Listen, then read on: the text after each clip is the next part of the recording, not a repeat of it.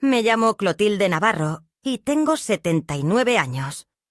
En el pueblo me siguen llamando la boticaria, aunque hace ya más de una década que cerré la farmacia.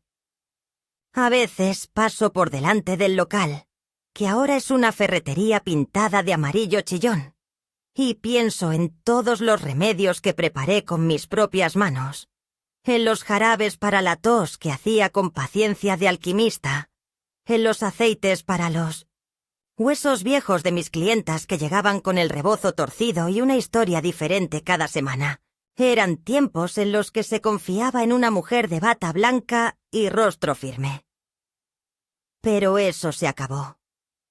Como todo. La casa en la que vivo no siempre fue tan grande, o al menos no se sentía así. Cuando mi esposo, Ramón, aún vivía. Los pasillos tenían voces. Las habitaciones guardaban secretos tibios.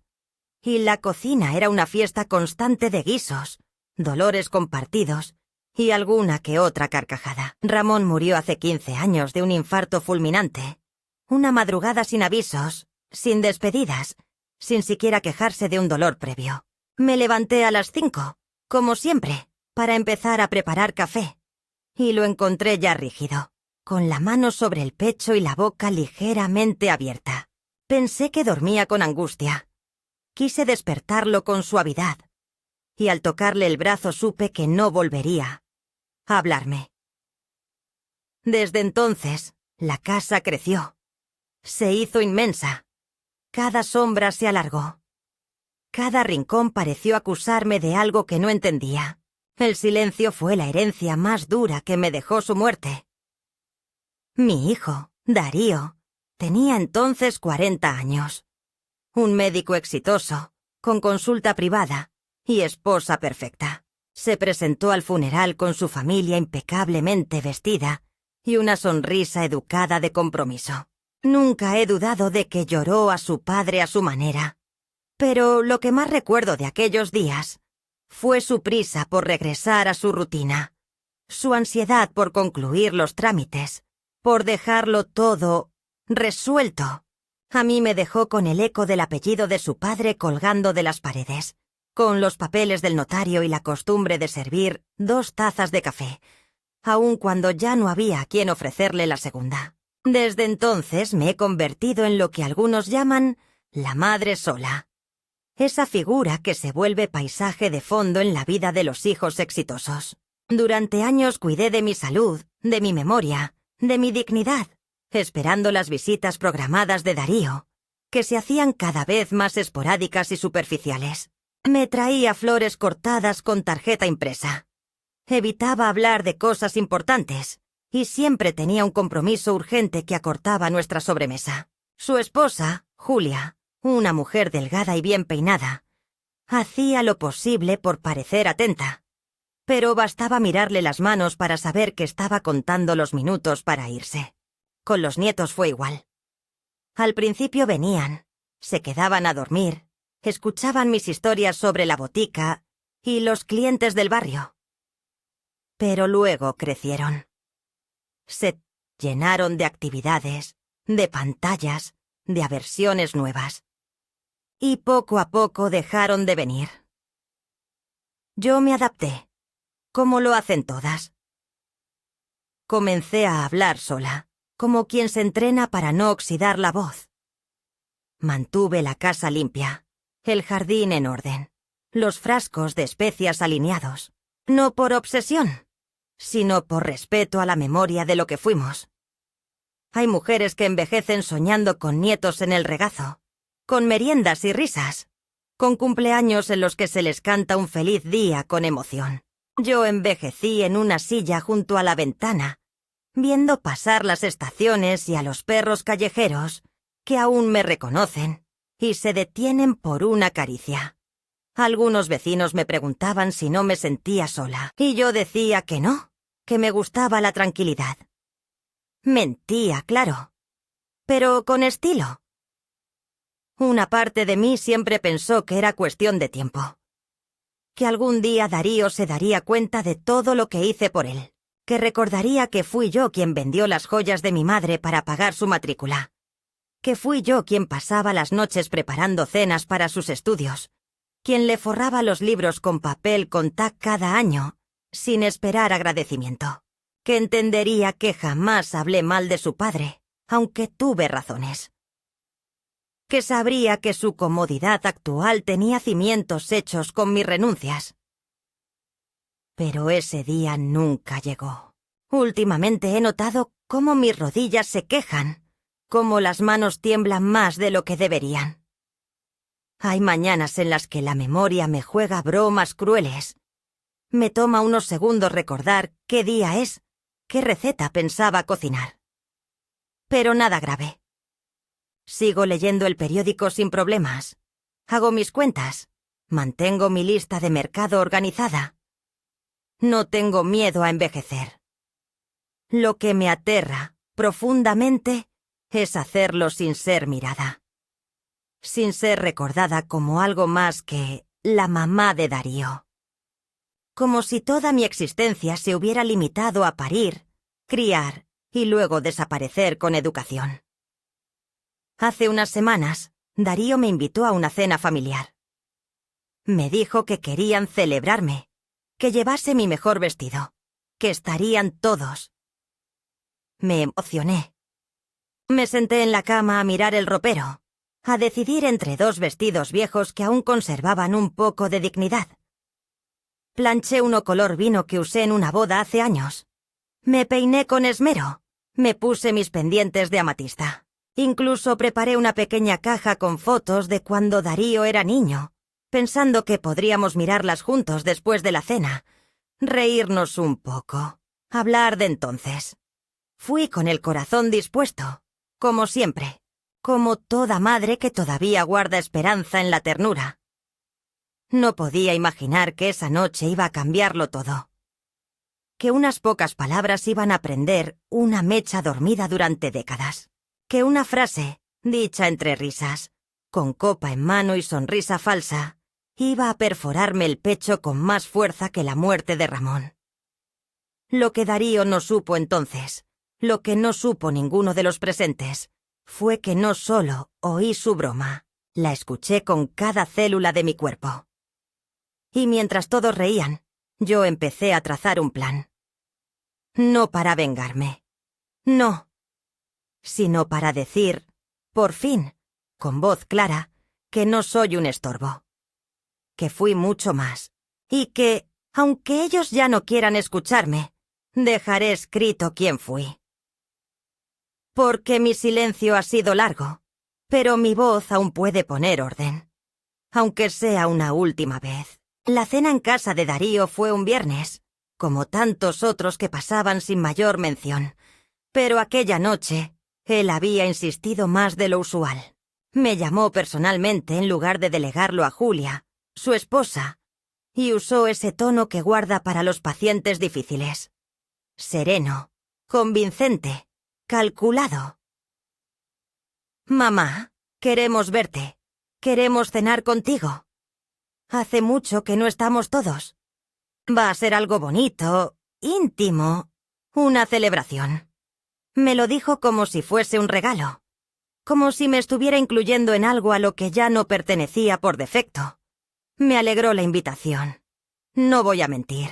Preparé mi bolso con cuidado, metí los pañuelos de tela que bordé hace años, y llevé una pequeña caja con una bufanda que tejí para mi nieta menor, Lucía. El invierno se acercaba, y aunque ya casi no me escribía, todavía recordaba que decía tener frío hasta en primavera. Llegué puntual. Siempre lo hago. Las personas que vivimos solas aprendemos a respetar la hora con una fidelidad casi religiosa, porque cada compromiso es una ventana a otro mundo. Al tocar el timbre, me abrió Lucía, envuelta en un suéter que no era el mío. Me abrazó con ese gesto tímido que los adolescentes aprenden cuando ya no saben qué decir a los viejos.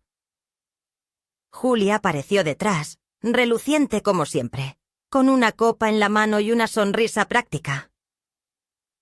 «Clotilde, qué gusto. Justo estábamos por servir el aperitivo. ¿Quieres pasar al jardín?» Asentí, dejando mi abrigo en la silla del recibidor. Llevaba un par de semanas sin verlos. La casa olía a perfume caro, a madera barnizada y a comida encargada. Todo parecía más frío de lo habitual, más impersonal, como si hubieran preparado una escena y no una velada. Los invitados, porque sí, había otros, eran amigos de Darío y Julia, un par de médicos de su círculo, algunos con sus esposas y 2 vecinos nuevos del condominio. Saludé con cortesía, con esa amabilidad automática que una aprende cuando ha sido anfitriona durante toda una vida. No me molestó que no me conocieran. Me molestó que nadie se tomara la molestia de preguntarme quién era. Todos hablaban entre ellos con soltura, con ese aire de superioridad que tienen los que creen haber resuelto sus vidas. Yo observaba, de pie junto a una mesa de bocadillos, mientras los comentarios iban de inversiones a remodelaciones, de viajes pendientes a restaurantes exclusivos. En un rincón, mi hijo reía, gesticulando como si fuese el maestro de ceremonias de un evento del que yo solo era la nota al pie. Cuando nos sentamos a cenar, fue evidente que no era una cena íntima ni familiar. Era un encuentro de estatus, una muestra de vida exitosa. Me colocaron al final de la mesa, justo frente a una de las puertas corredizas que daba al patio. El asiento más frío, el más expuesto. A mi lado, una mujer de aspecto rígido me preguntó si yo vivía cerca. Le dije que sí, a unas pocas calles. Me sonrió sin interés y continuó hablando con su esposo sobre los planes para ir a Madrid en verano. Nadie me preguntó por la botica. Nadie mencionó mis nietos. Darío tampoco. Ni una palabra sobre mí más allá del saludo inicial. Julia intercalaba frases sobre el nuevo horno de la cocina, lo bien que Lucía se adaptaba al ballet y lo difícil que era encontrar ayuda doméstica confiable. La comida estaba deliciosa, eso sí, pero tenía ese sabor triste de lo que se hace por encargo, sin alma. Fue hacia el final de la cena cuando sucedió. Cuando las copas ya estaban medio vacías, las carcajadas más sueltas y la conversación se deslizaba hacia anécdotas absurdas de clínicas y pacientes.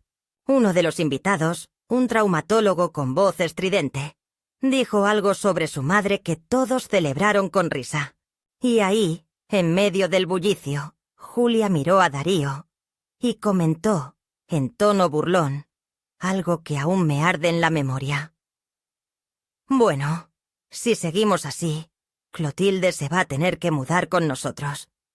Sería como adoptar un jarrón chino, valioso pero frágil y, bueno, un poco incómodo. Hubo risas. Risas forzadas, rápidas, de esas que se ofrecen por reflejo más que por verdadero humor. Y entonces Darío, con su copa en alto y una sonrisa que me heló la sangre, añadió: «Mi mamá es más bien como una reliquia viva. Querida, sí, pero ya un poquito estorbo». Y ahí fue. Esa palabra, estorbo. No grité. No lloré. No reaccioné como se espera de una mujer herida. Simplemente me quedé muy quieta, observando cómo su risa se fundía con la de los demás. Cómo esa palabra, lanzada con ligereza, caía sobre mí como una sentencia. Darío no se dio cuenta, nadie se dio cuenta, porque estaban demasiado ocupados celebrándose entre ellos. Yo, en cambio, sentí cómo algo dentro de mí se apagaba. Algo que había resistido años de silencios, de olvidos, de desaires sutiles. Algo que me mantenía aún creyendo que algún día volvería a sentirme parte. Comí el postre en silencio. Tarta de almendras con nata. Siempre me gustó. Pero aquella noche no tenía sabor. Miré a Darío mientras él reía con los vecinos nuevos. Me pregunté si alguna vez recordaría el sacrificio de sus primeros años, cuando lo llevaba al colegio con los zapatos remendados y el pan envuelto en papel de estraza. Me pregunté si alguna vez pensó en las veces que vendí mis cosas para pagarle los libros, las excursiones, las consultas del dermatólogo cuando la pubertad lo llenó de inseguridades. Me pregunté si recordaba que fui yo quien enfrentó sola a los bancos cuando su padre dejó de pagar la hipoteca, que fui yo quien sostuvo todo en pie. No. No lo recordaba. Porque los hijos no recuerdan lo que las madres no dicen, y yo, por vergüenza o por amor, me lo había guardado todo. Cuando Julia trajo una botella de vino dulce para acompañar el cierre, me levanté. No dije nada. Caminé lentamente hacia el recibidor. Tomé mi abrigo. La caja con la bufanda seguía en la silla donde la había dejado. Nadie notó mi partida. Ni siquiera Lucía. Al abrir la puerta, el frío me recibió con una dulzura brutal. Era mejor ese frío que el que sentí en el comedor, entre gente que compartía mi sangre, pero no mi historia. Caminé hasta la esquina sin volver la vista. No por orgullo, sino por dignidad, porque entendí, con una claridad dolorosa, que no era bienvenida, que ya no era necesaria, que me habían convertido en un adorno incómodo, en una sombra que no sabían cómo borrar del todo. Y también entendí que no pensaban hacerlo con crueldad, sino con esa indiferencia que mata más lentamente.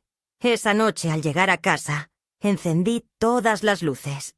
Me senté en el comedor, ese donde tantas veces serví chocolate caliente a Darío, donde tantas veces curé sus rodillas raspadas, donde reímos cuando aprendió a leer con dificultad. Y escribí. No lloré, no temblé. Escribí con la precisión de una mujer que sabe que ya no hay más tiempo para dudas.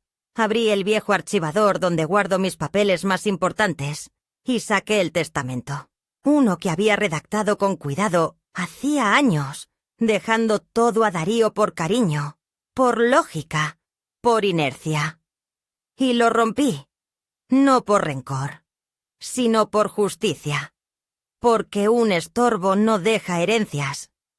Pero una madre traicionada sí deja lecciones, y la mía apenas comenzaba. El día después de la cena amaneció gris, con esa neblina húmeda que se cuela por los huesos, como si buscara hacer más lentos los movimientos de una vieja, que ya de por sí se mueve con prudencia. Me desperté temprano, como siempre, sin necesidad de alarma. El cuerpo tiene memoria propia, y el mío todavía cree que debe abrir la botica a las 8 en punto. Aunque hace más de 10 años que cerré la persiana por última vez. Me senté en la cama, con la espalda recta, las manos sobre las rodillas, y dejé que el silencio me envolviera. No encendí la radio. No puse a hervir agua.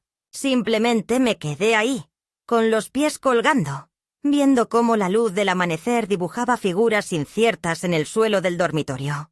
Pensé en la palabra estorbo. No era la primera vez que escuchaba una falta de respeto, pero sí la primera vez que la indiferencia había tomado forma de burla pública. Me dolía, más que por lo dicho, por lo que no dijeron. Nadie corrigió a Darío. Nadie levantó la voz. Nadie dijo: no hables así de tu madre. Esa omisión fue peor que cualquier ofensa, porque significaba que todos estaban de acuerdo. O peor aún, que no les importaba. Pasé la mañana deambulado por la casa, limpiando por limpiar, ajustando objetos que ya estaban en su lugar, reacomodando los floreros con flores secas, los portarretratos de madera que aún sostenían imágenes descoloridas de otra vida. En la cocina, el reloj de pared marcaba las 10 con su campanada apagada, como si también estuviera cansado. Tomé mi libreta de notas, aquella donde anoto fechas importantes, medicinas, listas de compras, y escribí sin pensar demasiado. No soy un estorbo. Soy una mujer que construyó vidas. Lo subrayé. Me quedé mirando esas palabras escritas con letra firme, y sentí que, por primera vez en años, estaba diciendo algo verdadero. No para los demás, Para mí. Fui al escritorio. Abrí el cajón inferior donde guardo los documentos legales. Saqué una carpeta azul, descolorida en los bordes, que contenía el testamento anterior.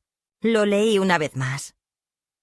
A mi hijo Darío le dejo esta propiedad, los fondos disponibles en las cuentas bancarias, los bonos de inversión y el contenido de la caja fuerte, confiando en su buen juicio y su amor por esta familia. Me detuve en esa última frase. La taché con una línea gruesa. Después tomé el documento y lo rompí en pedazos pequeños. Los arrojé en una bolsa y los quemé en la chimenea, viendo cómo las palabras se convertían en ceniza, como si con eso pudiera borrar no solo las letras, sino las ilusiones. Aquella misma tarde llamé a mi abogado, Arturo Ramos, un hombre discreto que me había ayudado años atrás a redactar la escritura de la casa cuando falleció Ramón. Al oír mi voz, respondió con esa mezcla de respeto y familiaridad que me recordó que todavía había quienes me trataban como a una persona completa. Le pedí una cita urgente. «Quiero rehacer mi testamento», le dije. Él no preguntó por qué. Dijo que pasaría a verme al día siguiente, temprano. Esa noche dormí mal, con sueños entrecortados en los que me veía sentada de nuevo a aquella mesa, oyendo las risas, pero sin poder moverme, sin voz, como si mi cuerpo estuviera clavado a la silla. Me desperté sudando, con el corazón agitado. Bajé a la cocina, preparé un café y me senté a escribir. No cartas, no poemas, algo más parecido a un manifiesto, un recuento de todo lo que había hecho por Darío desde que nació. Lo escribí como si fuera un diario íntimo, pero con el tono de alguien que no quiere olvidar. Recordé su nacimiento, la primera fiebre, las noches que pasé despierta cuando le dolían los oídos, los trabajos que acepté en la farmacia a deshoras para pagar sus útiles escolares, la vez que vendí el reloj de mi padre para cubrir la mensualidad de Pumodiensotientoso, la universidad. Cada línea me devolvía un pedazo de dignidad que había ido perdiendo en el tiempo. Al terminar, lo firmé con mi nombre completo: Clotilde Navarro y Márquez. No con la familiaridad de la madre, con la entereza de la mujer. Arturo llegó puntual, con su maletín de cuero y su gesto sereno. Lo recibí en la salita, le ofrecí té, que aceptó como un viejo ritual entre profesionales. Le conté lo sucedido sin entrar en detalles melodramáticos.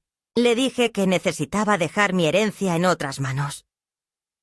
Me miró con atención, sin interrumpir. Cuando terminé, asintió, abrió su carpeta y empezó a tomar notas. Le dicté con claridad. La casa sería para Rosa, mi cuidadora desde hace 5 años, una mujer que ha estado conmigo en la enfermedad, que ha empujado mi silla de ruedas en los días malos, que ha tenido la delicadeza de tratarme como a una madre sin ser de mi sangre. Le dejaría también una pensión vitalicia. El dinero restante iría a un fondo de becas para mujeres mayores de 60 años que quisieran volver a estudiar. Arturo me miró con una ceja levantada. ¿Estás segura, Clotilde? Le respondí sin dudar. Totalmente. Si no les parezco útil en vida, que tampoco se beneficien de mi muerte.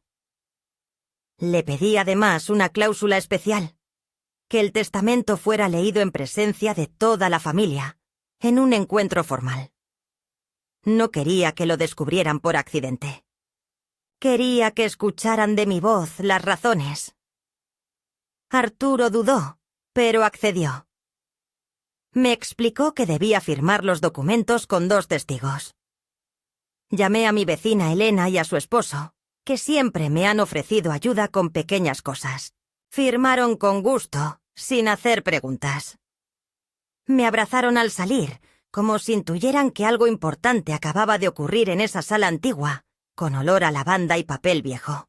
Los días siguientes transcurrieron entre gestiones, llamadas, visitas al banco, confirmaciones notariales. Yo sentía una calma nueva, un tipo de seguridad que no venía del enojo, sino de la decisión tomada. Rosa, a quien no le conté todo al principio, notó que algo había cambiado en mí. Me miraba con esa mezcla de ternura y respeto que solo tienen quienes cuidan a los demás sin esperar retribución. Una tarde me trajo un pastel de naranja y dijo sin rodeos: «Se le ve distinta, doña Clo. Más derecha, más segura».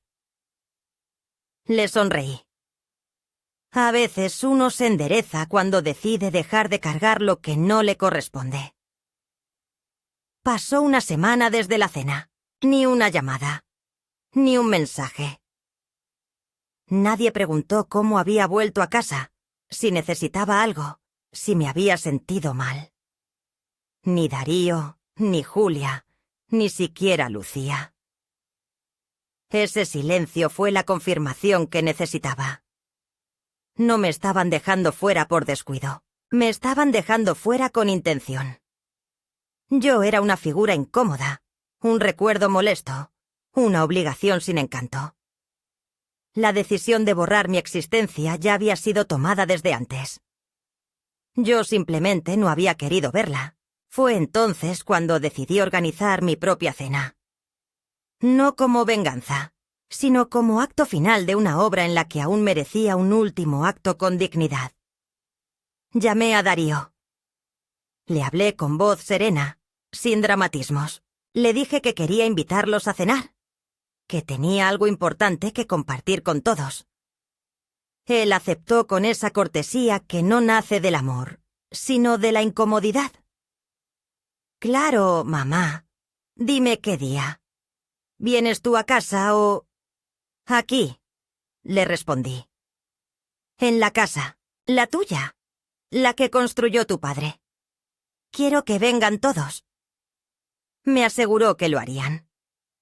Me agradeció la invitación como si fuera un favor que le concedía. Colgué y miré la ventana. Estaba nublado, pero yo me sentía más clara que nunca. Comencé a preparar los detalles con Rosa. Cocinamos juntas un menú sencillo pero cuidado. Sopa de lentejas como las que les hacía a Darío de niño, estofado con ciruelas como el que preparaba en los cumpleaños de Ramón y pastel de manzana. Puse la mesa con el mantel bordado que había heredado de mi madre. Coloqué las copas de cristal que solo usaba en Navidad. En cada plato puse una tarjeta con los nombres escritos a mano. Quería que vieran que aún podía cuidar de los detalles, que aún sabía recibir con clase. En la cabecera me reservé un lugar junto al sobre que contenía el testamento. No necesitaba más armas que mi voz y esos papeles. Esa noche, cuando llegaron, los recibí como siempre. Con la puerta abierta, con una sonrisa, con las palabras justas.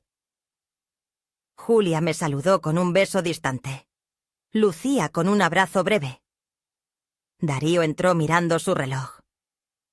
Cenamos con relativa calma. Hablamos de banalidades. Me preguntaron por la salud, por el clima, por el vecindario. Respondí sin prisa, sin mostrar urgencia.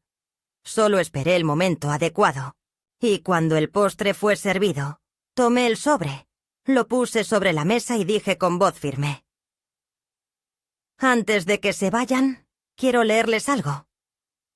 No es una carta, es un testamento, el mío. Y quiero que escuchen cada palabra». Las copas tintinearon con un leve temblor. Darío me miró con una mezcla de alarma y vergüenza. Pero no dijo nada. Nadie lo hizo. Abrí el sobre. Desplegué el documento. Y comencé a leer, con la voz de quien ha esperado toda una vida para ser escuchada. Con la dignidad intacta. Con el dolor transformado, por fin, en claridad. Porque esa noche, por primera vez en mucho tiempo, no era yo la que tenía que justificar su presencia. Eran ellos los que debían enfrentar su ausencia. Después de aquella cena, Después de haber leído en voz alta mi testamento con la calma de una profesora jubilada que dicta su última lección, la atmósfera en la casa se volvió espesa, como si el aire se hubiese transformado en plomo. Nadie dijo nada durante unos segundos que se sintieron eternos. Solo se oía el leve tintinear de los cubiertos contra los platos, una respiración contenida, el arrastre leve de la silla de Lucía, que bajó la mirada sin saber a dónde escapar con los ojos. Fue Darío quien habló primero, claro, con ese tono controlado de quien está más preocupado por cómo se ve la situación que por lo que realmente está ocurriendo. «Mamá, esto es innecesario. Podrías habérnoslo dicho en privado. Podrías haberlo explicado. No hacía falta este teatro». Le respondí sin alzar la voz. «No es teatro, Darío. Es mi vida». Y la última vez que intenté decir algo en privado, me llamaron estorbo entre risas. Me pareció justo responder con claridad. Y delante de todos, como tú hiciste. Su rostro se tensó. Se sonrojó hasta las orejas.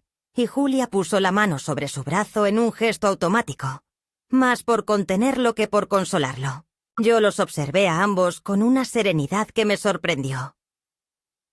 Ya no me temblaban las manos. Ya no me dolía el pecho. Algo dentro de mí se había alineado con una verdad que, aunque amarga, era sólida. Por fin tenía el control, no para imponer nada, sino para narrar lo que me fue negado durante años. Mi propia versión de la historia. Lucía fue la primera en romper el silencio. Se levantó, caminó hacia mí, y con torpeza me dio un abrazo. No dijo nada, pero su cuerpo, delgado y tibio, hablaba un idioma que reconocí. El del afecto confundido, el de los adolescentes que aún no saben cómo manejar las grietas entre generaciones. La acaricié con ternura. «No te preocupes, mi amor. Esto no es tu culpa. Tú solo estás aprendiendo a mirar». Darío apartó la silla con brusquedad. Julia murmuró algo que no escuché bien, pero lo detuvo de marcharse. Él se quedó de pie, junto a la pared, respirando como si acabara de subir una colina.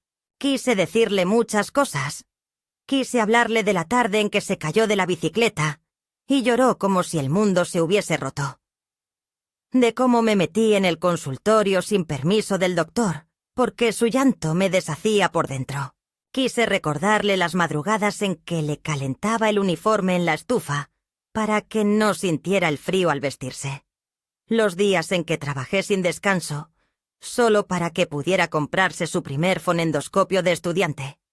Las veces en que lo vi dormir sobre los libros y recé en silencio por su futuro. Pero no dije nada de eso. No porque no doliera, sino porque entendí que el pasado, cuando no se reconoce en el presente, pierde su fuerza. Él ya no era aquel niño, y yo ya no era aquella madre silenciosa. Éramos dos extraños que compartían un nombre y una deuda emocional sin saldar. Cuando se fueron, lo hicieron sin besarme la mejilla. Julia tomó a Lucía de la mano, y Darío ni siquiera me miró. Cerré la puerta con firmeza. No lloré. No sentí lástima, solo cansancio. Un cansancio antiguo, como si hubiera terminado una obra que llevaba escribiendo sola durante décadas. Me quité los zapatos, me senté en el sofá y dejé que el silencio me abrazara. Rosa entró desde la cocina. No me preguntó nada. Se limitó a traerme una manta y a sentarse a mi lado. Encendió la lámpara baja, esa que tiene pantalla de tela con bordados rojos, y me ofreció un té de tila. Bebimos sin hablar. Ella no necesitaba explicaciones. Sabía lo que había pasado. Sabía que en esa sala no solo se había leído un testamento legal, sino uno emocional, uno que decía: «Aquí estoy, esta soy yo, esto es lo que viví y ya no callaré». Esa noche soñé con mi madre. Hacía muchos años que no la veía en sueños. Estábamos en la cocina de mi infancia. Ella amasaba pan con manos rápidas y firmes. Me miraba de vez en cuando con sus ojos negros, hondos, y me decía: «Lo importante no es que te vean, hija. Lo importante es que te recuerden como alguien que no se dobló». Me desperté con lágrimas secas en la cara. Me sentí acompañada. Fui al escritorio, saqué una hoja en blanco y escribí su frase. La pegué con cinta en la pared, justo al lado del espejo, para verla cada mañana. Los días siguientes fueron raros. Nadie llamó. Nadie escribió. Solo Rosa, siempre puntual, siempre presente. Yo salía a caminar por las mañanas. Me detenía en la panadería de la esquina. Me sentaba en la plaza a ver a los niños jugar, a los perros corretear, a los viejos intercambiar quejas como si fueran monedas. Me sentía, por primera vez en años, desligada. Ya no esperaba, ya no imaginaba reconciliaciones. Ya no deseaba que el teléfono sonara. Había hecho lo que debía. Había dicho lo que tenía que decir. Lo demás no dependía de mí. Una tarde, al regresar, encontré una carta en el buzón. Era de Lucía. No estaba escrita a mano, sino impresa desde el ordenador, con dibujos en los márgenes. Decía: «Abuela, no entiendo todo, pero sí entiendo que tú eres valiente». Me dolió ver a papá molesto, pero también entendí que él no siempre tiene razón. Gracias por el pastel. Gracias por contar tu historia. Te quiero mucho. La leí varias veces. Me la llevé a la habitación. La puse junto a mis fotos antiguas. Lucía no tenía la culpa de haber nacido en un mundo donde los valores se miden por el brillo de las cosas y no por su profundidad. Ella aún podía elegir. Aún podía decidir mirar con otros ojos. Llamé a Arturo. Le pedí que organizara una segunda reunión. Esta vez, solo con Rosa, para dejar firmado el traspaso de la propiedad. Quería que todo estuviera en orden, sin grietas, sin cabos sueltos. Cuando ella llegó, pensó que se trataba de una consulta médica. Le mostré el documento, el plan de pensión, el detalle de la cuenta que ahora sería suya. Se llevó las manos a la boca. «Pero, doña Clo, esto no puedo aceptarlo. No es justo». Le dije que lo justo no siempre se define por la sangre, sino por los actos. Tú estuviste. Tú viste. Tú me acompañaste. Esta casa es tuya porque aquí has sembrado respeto. Lloró. Lloramos. Firmamos. Fue una ceremonia silenciosa, sin testigos, sin fotos, pero más real que cualquier boda. Después de eso me permití descansar. Comencé a escribir mis memorias. No para publicar, sino para dejar un registro. Páginas enteras sobre la botica, sobre Ramón, sobre los clientes que venían con recetas arrugadas y salían con frascos y consejos. Escribí sobre las navidades sin dinero, sobre los cumpleaños improvisados, sobre las canciones que me gustaban y los silencios que me dolían. Escribí sobre cómo se me deshizo el corazón el día en que Darío me llamó anticuada por regalarle una manta tejida. Sobre cómo fingí estar enferma una vez solo para que viniera a verme. Sobre cómo a veces dejaba la luz del pasillo encendida por si él decidía pasar a saludar, aunque fuera tarde. Escribir me ayudó a entender que no fui perfecta, que cometí errores, que muchas veces fui dura, otras veces demasiado blanda, pero también me ayudó a ver que mi amor nunca fue tibio, que siempre estuve, que nunca me escondí, que di lo que tenía y lo que no tenía, que fui madre, mujer, trabajadora, amiga, y que merecía ser recordada como algo más que un estorbo. Una mañana, mientras regaba las macetas del balcón, vi a Lucía cruzando la calle. Venía sola, con una mochila al hombro y una expresión decidida. La recibí con sorpresa. Me abrazó fuerte. No aguanto más el silencio de casa. Abuela, quiero estar contigo un rato. Mamá no me entiende. Papá no habla. Pero yo sí quiero escuchar. Le preparé chocolate caliente. Le serví pan con mantequilla.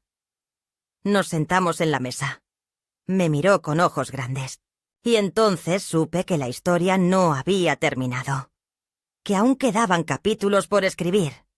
Que mi voz, aunque quebrada por los años, aún podía resonar en otra generación. Y eso, para mí, fue suficiente. Porque comprendí, por fin, que aunque el amor no siempre vuelve de la forma que uno espera, a veces encuentra otros caminos. Más lentos, más sinceros, más valientes.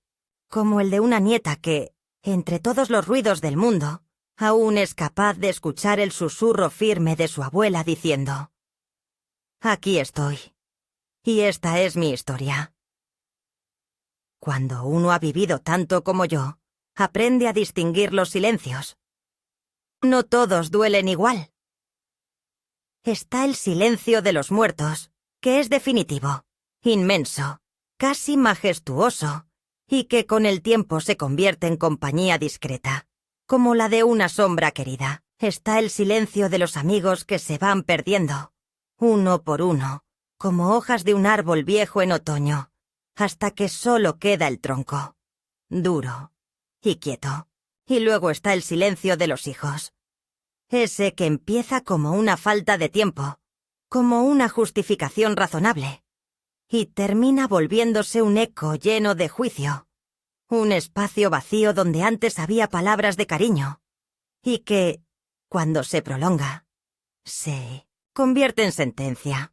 Ese fue el silencio que llenó mi casa durante los días que siguieron a la lectura del testamento. Ningún mensaje, ninguna visita. Ni una llamada para preguntar si necesitaba algo, si estaba bien, si me arrepentía. Nada. Y sin embargo, yo sabía que algo se estaba moviendo detrás de ese mutismo. Porque ese tipo de silencio no es inactividad. Es estrategia. Una semana después, apareció en mi puerta Darío. No tocó el timbre. Usó la llave que aún conservaba, la misma que le di cuando se casó, con la ilusión de que siempre tendría un lugar al que volver. Entró sin anunciarse, sin flores, sin caja de galletas. Venía solo, sin Julia, sin Lucía. Vestía camisa blanca y pantalón de oficina, como si acabara de salir de una consulta, o como si quisiera demostrar que esta conversación era un trámite más en su agenda. Yo estaba en el patio, regando las plantas. Cuando lo vi, no me sorprendí. Había esperado ese momento. No por deseo, sino por intuición. Los hijos orgullosos siempre regresan, pero no para pedir perdón, sino para reclamar lo que creen que les pertenece por derecho. «Tenemos que hablar», dijo, sin rodeos. Me quité los guantes de jardinería con lentitud, los coloqué sobre el muro de piedra y me senté en la banca de hierro junto al rosal que planté con Ramón cuando Darío tenía 7 años. Él se mantuvo de pie. «¿Quieres café?», pregunté, más por cortesía que por necesidad. Negó con la cabeza. «No vine a tomar café. Vine a entender qué está pasando». Lo miré sin apuro. «No hay nada que entender, Darío. Todo está claro. Leí el testamento en tu presencia. Firmado, legalizado, registrado. Está todo en orden». Su rostro se tensó. La mandíbula le palpitaba de rabia contenida. «¿De verdad piensas dejarle esta casa a una extraña?». Su voz sonó rota en la última palabra. Yo sonreí con cierta tristeza. ¿A una extraña? Rosa ha vivido conmigo los últimos 5 años. Me ha acompañado cuando tú estabas ocupado. Me ha llevado al médico. Me ha bañado cuando no podía moverme. Me ha leído en voz alta cuando no tenía fuerzas ni para abrir un libro. ¿Y tú me preguntas si es una extraña? Él bajó la mirada por un segundo, pero enseguida volvió a la carga. Eres mi madre. Esta casa es parte de mi historia, de mi infancia, de mi vida. Asentí con lentitud. Lo fue, Darío. Lo fue, pero ahora es parte de mi vejez, y tú ya no estás en ella. Se quedó en silencio. El viento movía las hojas del laurel, y un gorrión cruzó el aire con un chirrido repentino, como un paréntesis sonoro. No lo haces por justicia, murmuró. Lo haces por revancha. Me levanté despacio, apoyando las manos en las rodillas. No, hijo. Si fuera por revancha, habría vendido esta casa y desaparecido. No busco castigo. Busco que se entienda que fui más que la mujer que te cocinó y te cosió los pantalones. Más que la abuela de tu hija. Más que el mueble que adorna las fotos navideñas. Fui una mujer completa, y me lo reconozco yo, si nadie más lo hace. Caminó hacia mí con los puños cerrados. ¿Y Lucía? ¿Has pensado en ella? ¿Qué ejemplo le das? Me detuve frente a él. A Lucía le doy el ejemplo de una mujer que no aceptó ser reducida a una función, que no consintió su propia desaparición emocional, que tuvo el valor de hablar, aunque nadie la escuchara. Se fue sin despedirse. La puerta se cerró con más fuerza de la necesaria. Escuché el ruido del coche alejándose. Me senté de nuevo. El corazón me latía con fuerza, no por el miedo, sino por la liberación. Nunca le había dicho esas cosas. Nunca me había atrevido. Y sin embargo, una vez dichas, me parecieron lo más natural del mundo, como si siempre hubieran estado ahí, agazapadas, esperando su momento. Rosa salió poco después. Me preguntó si todo estaba bien. Le dije que sí. Me preparó una infusión. Me acarició el hombro. No todas se atreven, doña Clo, pero usted es de las que rompen cadenas. Sonreí. Ya era hora, le respondí. A los 2 días fue Julia quien llamó. Su tono era neutro, casi profesional. Clotilde, necesitamos hablar contigo. Esto nos está afectando a todos. ¿Podemos pasar mañana por la tarde? Acepté. Sabía que vendrían con un objetivo. No a comprender, no a escuchar, a negociar, a persuadir, a convencerme de que todo había sido un error, un impulso, una exageración, y que aún estaba a tiempo de arreglarlo. Me preparé con calma. Organicé mis papeles. Puse una grabadora sobre la mesa del comedor. No por desconfianza, por precaución. Ya no era una abuela despistada. Era una mujer que sabía protegerse. Llegaron puntuales. Julia vestía un conjunto beige impecable. Lucía, detrás, llevaba su mochila escolar y una expresión de fastidio. Darío más serio que nunca. Se sentaron frente a mí. Les ofrecí té. Lo rechazaron. Comenzaron con frases suaves. Esto no es por el dinero, mamá. Es por la familia. Nos preocupa cómo te sientes. Queremos encontrar una solución que funcione para todos. Yo los escuchaba sin interrumpir. Cuando terminaron, hablé. La solución ya está escrita. Lo que no funcionó fue el trato que recibí. Durante años. Esto no empezó con el testamento. El testamento es el resultado, no el origen. Julia apretó los labios. ¿Y qué esperas conseguir con esto? ¿Que Darío se aleje? ¿Que Lucía se confunda? Me incliné hacia adelante. Espero que aprendan que las madres también se cansan, que el amor no es sinónimo de sumisión, que la dignidad no es negociable. Lucía rompió a llorar. Se levantó de la mesa y corrió al jardín. Darío la siguió. Julia se quedó, enfrentándome. «Nunca pensé que fueras capaz de esto», dijo. La miré con firmeza. «Yo tampoco, pero aquí estoy. Capaz». Se marcharon poco después, sin abrazos, sin palabras dulces. Esa noche Lucía me mandó un mensaje. «Perdón por llorar. No quiero que peleen. Solo quiero que todos sean honestos». Le respondí. «A veces la verdad duele, pero es el único camino». Y así, sin proponérmelo, me convertí en un símbolo para mí misma.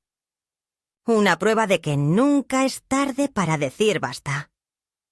Que aunque el mundo te quiera invisible, siempre puedes volver a escribir tu lugar en la historia. Con letra firme. Con el pulso tembloroso, tal vez, pero con la certeza de quien ha decidido no irse en silencio. Había algo extraño en el aire esa tarde, como una tensión que se siente antes de la tormenta, aunque el cielo estuviera despejado. A veces, los cuerpos presienten lo que está por pasar con más claridad que la mente. Yo lo sentía en las articulaciones, en el leve zumbido de los oídos, en la forma en que mi corazón latía más fuerte al preparar la mesa. Rosa me observaba con esa mezcla de respeto y preocupación que solo alguien realmente cercano puede sostener. ¿Estás segura de que quiere recibirlos, doña Clo?, me preguntó mientras disponía con esmero las servilletas bordadas. Asentí sin apartar la mirada del mantel. Si hay un momento para cerrar esta historia, es hoy. No los espero con cariño. Los espero con claridad. Ella no dijo nada más. Lo entendió. A esa altura ya sabía que no se trataba de reconciliaciones, sino de frontera. De poner, de una vez por todas, una línea entre lo que una acepta y lo que ya no. A las 6 en punto sonó el timbre. No 1 ni 2, sino 3 toques firmes, como si quisieran anunciar no solo su presencia, sino su intención. Fui yo quien abrió la puerta. Darío, Julia y Lucía estaban de pie, bien vestidos, como si vinieran de un acto oficial. No hubo abrazos, solo un seco buenas tardes por parte de él. «Pasa», le dije, y me giré sin mirarlos demasiado. En el comedor esperaban 3 sillas alineadas frente a la mía. A un lado, sobre la mesa, estaban los papeles, el testamento actualizado y un sobre cerrado. Les ofrecí agua. Se negaron. Lucía, con la mochila en el regazo, parecía más pequeña que nunca. Bajaba la vista y de vez en cuando cruzaba miradas rápidas conmigo, como quien busca un refugio. Julia, en cambio, mantenía la espalda recta, las manos sobre las rodillas y la boca en una línea tensa. Darío fue el primero en hablar. «Mamá, vinimos porque queremos resolver esto como familia». Me limité a asentir. Él continuó. «Entendemos que te sentiste herida, que mi comentario en la cena fue inapropiado. Lo reconozco. Fue una broma de mal gusto». Lo miré a los ojos. No fue una broma. Fue una sentencia. Y lo peor no fue la palabra, Darío. Fue la risa después. El silencio que vino cuando nadie dijo nada. Eso fue lo que dolió más. La complicidad de todos al hacerme sentir que ya no soy más que una carga incómoda, como una silla coja que nadie se atreve a tirar, pero que ya nadie usa. Él tragó saliva. Julia intervino. Pero no puedes tomar decisiones legales tan importantes solo por un malentendido emocional. No puedes desheredar a tu único hijo por una cena. Sonreí sin alegría. No fue una cena. Fue una acumulación. Años de exclusiones, de desprecios velados, de llamadas no respondidas, de cumpleaños olvidados, de fotografías donde ya no aparezco, de conversaciones en las que ya no tengo lugar. Esto no empezó con la palabra estorbo, empezó cuando dejaron de verme. Lucía comenzó a llorar, en silencio. Julia le acarició el brazo sin demasiada ternura. Darío volvió a tomar la palabra. Queremos pedirte que reconsideres, que suspendas el testamento, que lo dejes en revisión. Podemos nombrar un mediador, hablar con tu abogado, buscar una fórmula que sea equitativa. Me incliné hacia adelante. ¿Equitativa para quién? ¿Para ti, que ya habías asumido que esta casa era tuya? ¿Para Julia, que ya había imaginado cómo redecorarla? ¿Para Lucía, que quizás pensaba traer aquí a sus hijos? No, Darío. No se trata de equidad. Se trata de verdad. Esta casa no es un bien. Es un cuerpo. Es mi cuerpo. Cada pared, cada esquina, tiene algo de lo que fui. Y no me la van así arrancar sin que yo diga lo que debo decir. Él alzó la voz por primera vez. «Esto no es justo, mamá». Y su grito quedó suspendido en el aire, como una bofetada invisible. Me mantuve firme. ¿Y fue justo lo que viví? ¿Fue justo que me sentaran al lado de la basura en la boda de Lucía? ¿Fue justo que nunca me consultaran nada, ni una vez, sobre mi propia vida, mis papeles, mis decisiones? ¿Fue justo que cuando me caí y estuve 2 días con dolor, nadie llamara para preguntar cómo estaba? Julia se removía incómoda. Estás dramatizando, Clotilde. Siempre has sido un poco intensa. Esa frase fue el último clavo. Me levanté. Fui hasta el aparador. Tomé el sobre. Volví a sentarme. Aquí está todo. El testamento firmado, con copia para el notario. El desglose de los bienes. El traspaso de propiedad a nombre de Rosa. El fondo educativo para Lucía. Y una carta que escribí para los dos. No necesitan abrirla aquí, pero si lo hacen, entenderán mejor. O tal vez no. No me importa, porque esto ya no es por ustedes, es por mí. Lucía se levantó de golpe. Yo sí quiero saber. Yo sí quiero escuchar. Me sorprendió su voz, su rabia. Caminó hacia mí. ¿Puedo leer la carta, abuela? Le entregué el sobre. Lo abrió con manos temblorosas. La leyó en voz alta, aunque le costaba. Decía: Querida Lucía, si estás leyendo esto, es porque has decidido no callar. Porque algo dentro de ti aún cree que vale la pena escuchar. No escribo esta carta con odio. La escribo con memoria. He sido muchas cosas en mi vida, pero lo que más me ha definido ha sido ser tu abuela. He querido darte ejemplo, no de perfección, sino de dignidad. Si algún día te sientes invisible, si alguna vez alguien te dice que sobras, recuerda que tienes derecho a existir con fuerza. No permitas que nadie, ni siquiera los que amas, borren tu voz. No me hereden cosas. Heredénme la certeza de que fui algo más que un adorno. Con amor, Clotilde. Cuando terminó, Lucía se abrazó a mí. Lloraba. Julia se levantó. Esto es una farsa, una manipulación. Darío no la miró. Se quedó sentado, los ojos perdidos, como si en ese momento algo en él se hubiera roto también.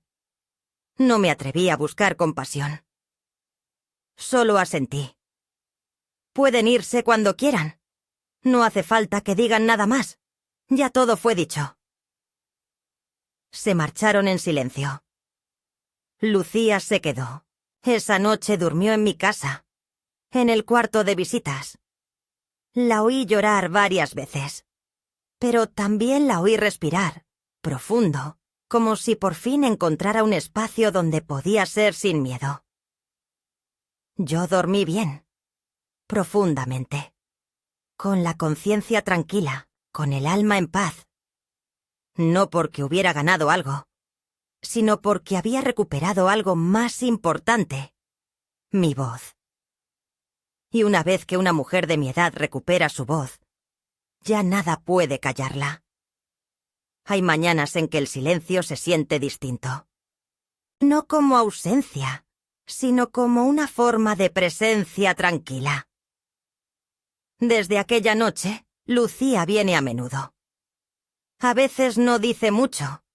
Se sienta en la mesa, hace tareas, me pregunta cómo preparar arroz con leche o me ayuda a doblar ropa.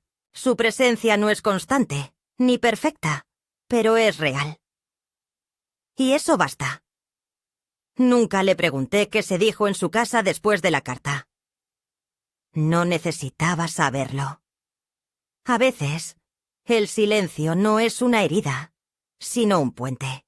Uno frágil, de tablas mal puestas, pero que aún puede sostener pasos si se camina con cuidado. Con Darío no he vuelto a hablar directamente. Sé que llamó a Arturo para confirmar que los documentos eran legales. Sé que intentó buscar resquicios, grietas, palabras mal puestas.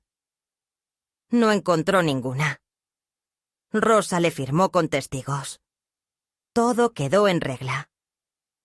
Desde entonces, no volvió a cruzar esta puerta. Una tarde, mientras regaba los geranios, vi su coche pasar lento frente a la casa. No se detuvo. No tocó el claxon. Solo bajó la velocidad, como si necesitara asegurarse de que todo seguía allí, intacto. Lo observé desde la ventana. No sentí alegría, tampoco tristeza. Solo una especie de reconocimiento lejano, como quien ve una postal antigua que alguna vez tuvo significado. Julia no volvió. Ni falta hizo. Nunca construimos nada real. Solo apariencias. Lucía, en cambio, comenzó a dejar aquí cosas suyas. Una bufanda, un libro, una fotografía. Pequeñas marcas de afecto. Migas de pan para volver. Yo sigo viviendo aquí. Rosa también. Compartimos las tareas. A veces cocinamos juntas. A veces nos sentamos a ver programas de concursos. Reímos. Discutimos sobre política. Nos acompañamos. No nos debemos nada, y al mismo tiempo, lo compartimos todo. No me siento sola. Por primera vez en muchos años, no me siento como un fantasma en mi propia casa. He vuelto a leer, a escribir, a caminar sin prisa, a cuidar mis plantas como si fueran amigas viejas. Me llamaron de una biblioteca local para pedirme que dé charlas sobre plantas medicinales. Dije que sí. A mis casi 80 años, me pidieron la voz. Y la voy a usar. Algunas vecinas se enteraron de lo que pasó. Una me trajo empanadas y me dijo: hizo lo que muchas quisimos hacer, y no nos atrevimos. Otra me dejó una nota anónima en el buzón. Gracias por hablar por todas. Me di cuenta de que no era la única. De que muchas cargamos historias de invisibilidad, de ingratitud, de silencios acumulados. Pero no todas tenemos la oportunidad de romper el ciclo. Yo la tuve. Y lo hice. Hay días en los que me detengo frente al espejo del recibidor. Me observo largo rato. No me hablo. Solo me miro. Ya no veo a la mujer arrugada que no sabía dónde poner las manos en las reuniones familiares. Ya no me avergüenza el temblor de mis dedos. Veo a una mujer que resistió, que se sostuvo entera cuando todo a su alrededor parecía dispuesto a reducirla. Veo a Clotilde Navarro, con todas sus letras, con toda su historia. A veces pienso en qué dirán cuando muera.